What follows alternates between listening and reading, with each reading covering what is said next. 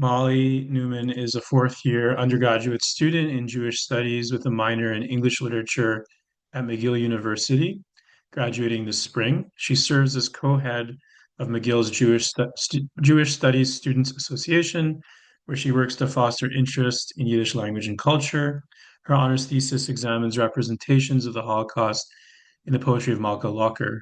Her paper today is entitled Dokh, ich bin ein eydes, non-witness witnessing in Malka Holocaust poetry. So, yeah, Dokh, ich bin ein eydes.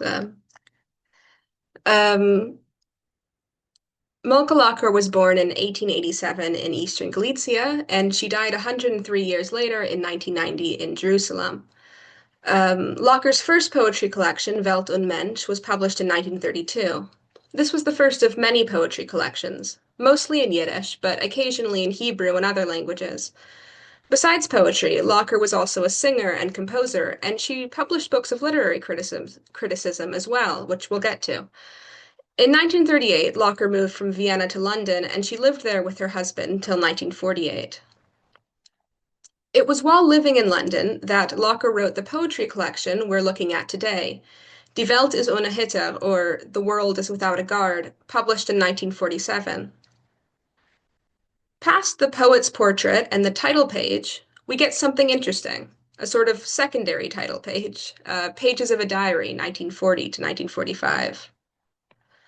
According to the introduction, diary or Togbuch is a genre that Locker's used before, although when we get down to it, she doesn't actually say it's a diary or a Togbuch. She says it's Blätter von a Togbuch, pages or leaves of a diary. In other words, this isn't a text that can be abstracted out of the page. It's material. Die Welt ist ohne Hitte is a pile of leafy, papery pages inscribed with the years 1940 to 1945. We see the same in the first lines of her introduction. These pages were taken down by a walker on a lost dirt road, by someone who did not spend the day where he spent the night, meaning was on the move, in league with the wind, who was an evil companion. We might expect the writer to use this space, the introduction, to introduce the book. Here, though, it's the pages that are telling us about the writer, about the provenance. Die Welt ist ohne Hitte, again, is a material object whose existence in the material world as pages bears witness to history. We're encouraged to look at it like an artifact in a museum. When we read diaries this way, as historical artifacts, they stop seeming to be just about an individual and they start representing whole communities. We generalize them. Locker takes this a step further. Her mythological tone suggests we are not to read Walker on a Lost Dirt Road as a literal description of the poet's refugee status, but as allegory, perhaps even representing the Jewish people as a whole. After all, the phrase pretty immediately recalls the legend of the wandering Jew.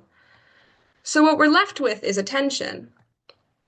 Locker wants Die Welt ist ohne Hitte to reach beyond the individual perspective in bearing witness to the years 1940 to 1945.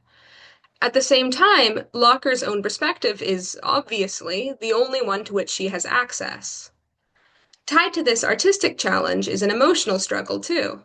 A deep sense of cognitive dissonance weighs on Locker's life in London.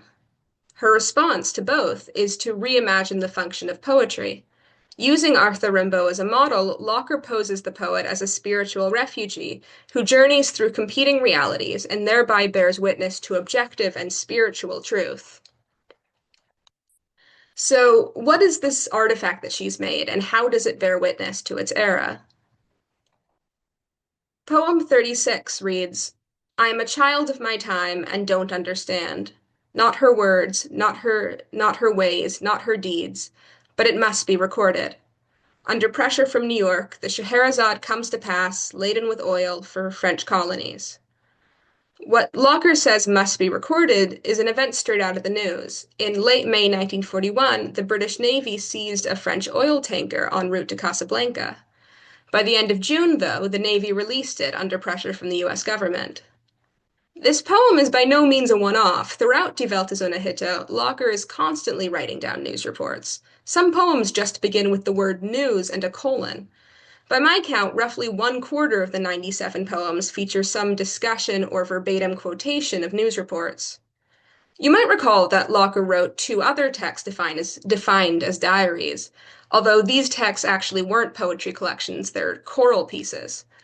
Nevertheless, these diaries, like Die Welt ist ohne Hitto, are poetic verse juxtaposed with bits and pieces of material from news media.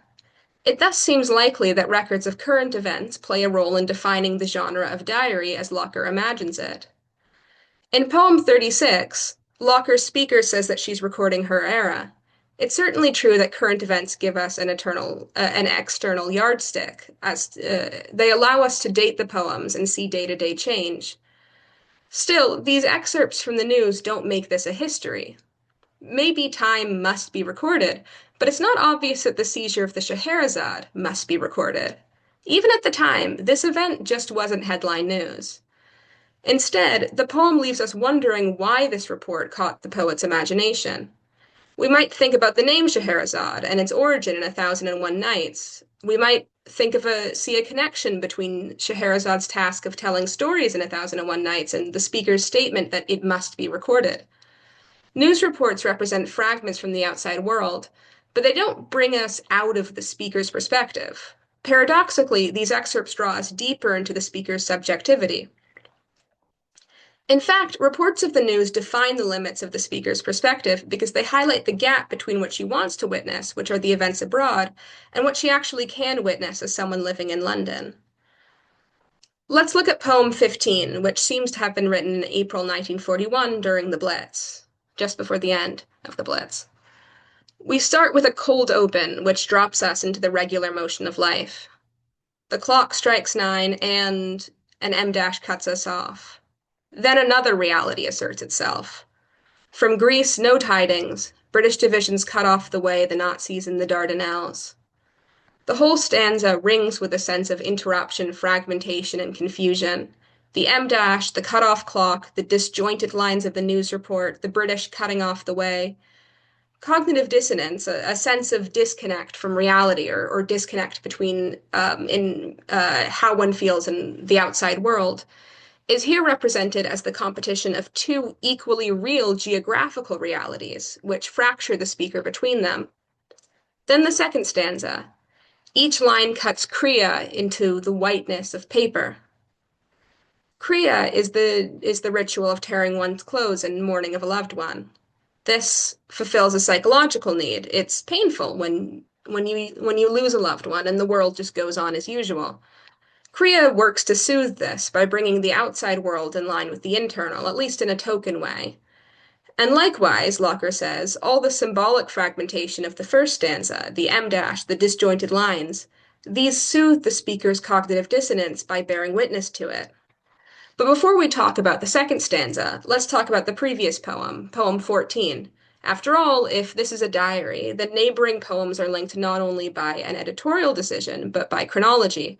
Looking at neighboring poems will allow us insight into Locker's thinking. In poem 14, disordered and dispersed unwritten lines, which I'll call shoiras for clarity, because otherwise it's the same as the lines of the poem, recall the fragmented speaker of poem 15. Whole texts I, with reproach, empty pages, lines not written, dispersed, stray, hurry in gray dawns with and without a reason, and strangely worn out from shock.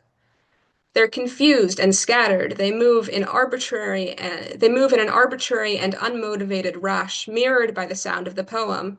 Scheures nicht geschriebene, zertrieben, blongen, jogen sich, etc.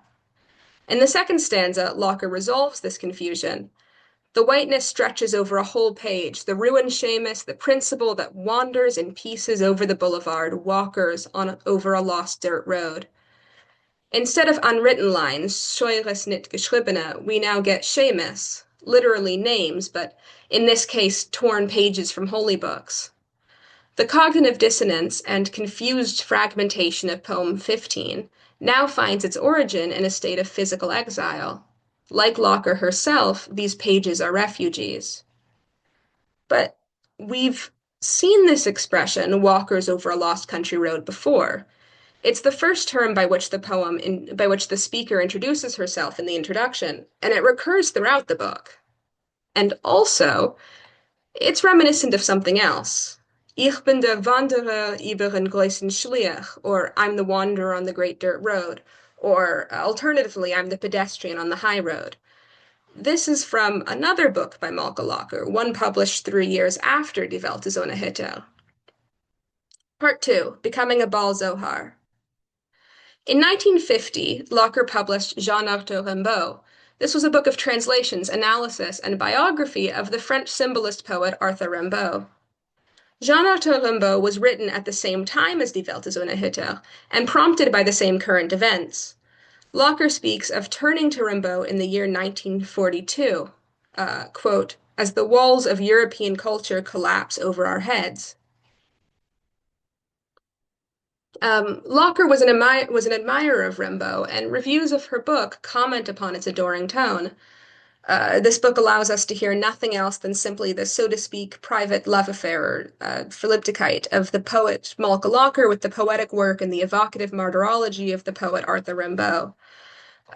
Or more complimentary, Malka Locker identifies with Rimbaud, as a good reader of Zohar unites with the holy, intoxicating words of the sacred text, to the point of becoming himself a Baal Zohar, that is, a master of the Zohar, the central book of Jewish mysticism.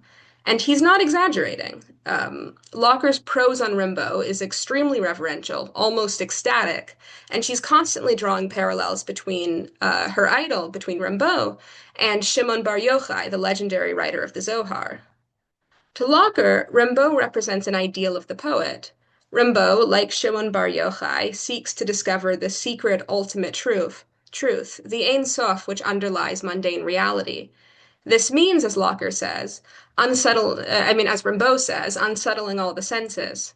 It's a kind of asceticism. The poet must abandon familiar perspectives on life, wander the dirt road, and discover new ways to understand reality. In her analysis of Rimbaud's poem Childhood, from which came that line, the wanderer on the big dirt road, she pulls out that quote, and she uses it to analyze the poem. She says from that quote, she analyzes it to say that the poem Childhood is not merely about Rimbaud's childhood, because she says it is the wandering, I'd say, through geographic strata, through all densities of the real. He trembles in unknowns, irrationals that he conjures up. The whole book is kind of in this tone. And here she quotes Rimbaud, because the poet defines the quality of unknowns waking up in his time in the universal soul. He doesn't see like one, he sees like many. With long steps, he crosses over the path, over the babbles of terraces and arcades, and he reveals more than once girlish shadows and ice-cold clarity. In other words, in order to reveal truth, one must abandon their singular and subjective experience and explore the realities beyond their perspective. So, part 3. What does this do to poem 15? So, again, the clock strikes 9, and from Greece no tidings, British divisions cut off the way, the Nazis in the Dardanelles. Every line cuts Kriya into the whiteness of paper. Whereas it had been her refugeehood which fragmented the speaker, splitting her between London and the Dardanelles, it is now this very same refugeehood which allows the poet to reveal truth. As a refugee, Locker has been, in a sense, exiled from subjectivity. She can no longer experience the world only from her own singular perspective, because that singular perspective no longer exists. It's fragmented. But by imagining herself as a walker on a lost country road, as a prophet poet on the model of Rimbaud, she takes command of this fragmentation. She sees London, she sees the Dardanelles, she sees that she is split between them, and she's able to acknowledge this split and process it by asserting a simpler, truer reality. And that reality is, this is paper. In fact, the final stanza almost seems to border on breaking the fourth wall, whatever that means in poetry.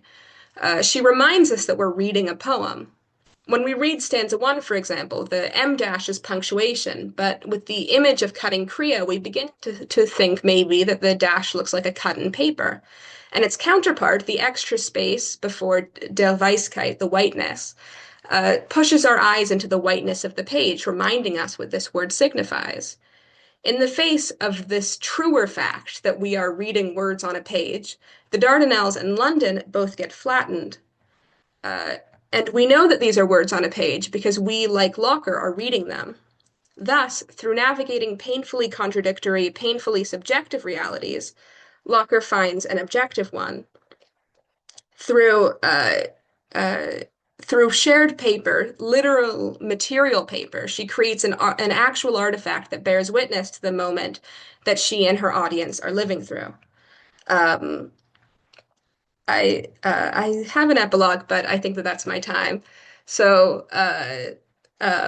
thanks so much.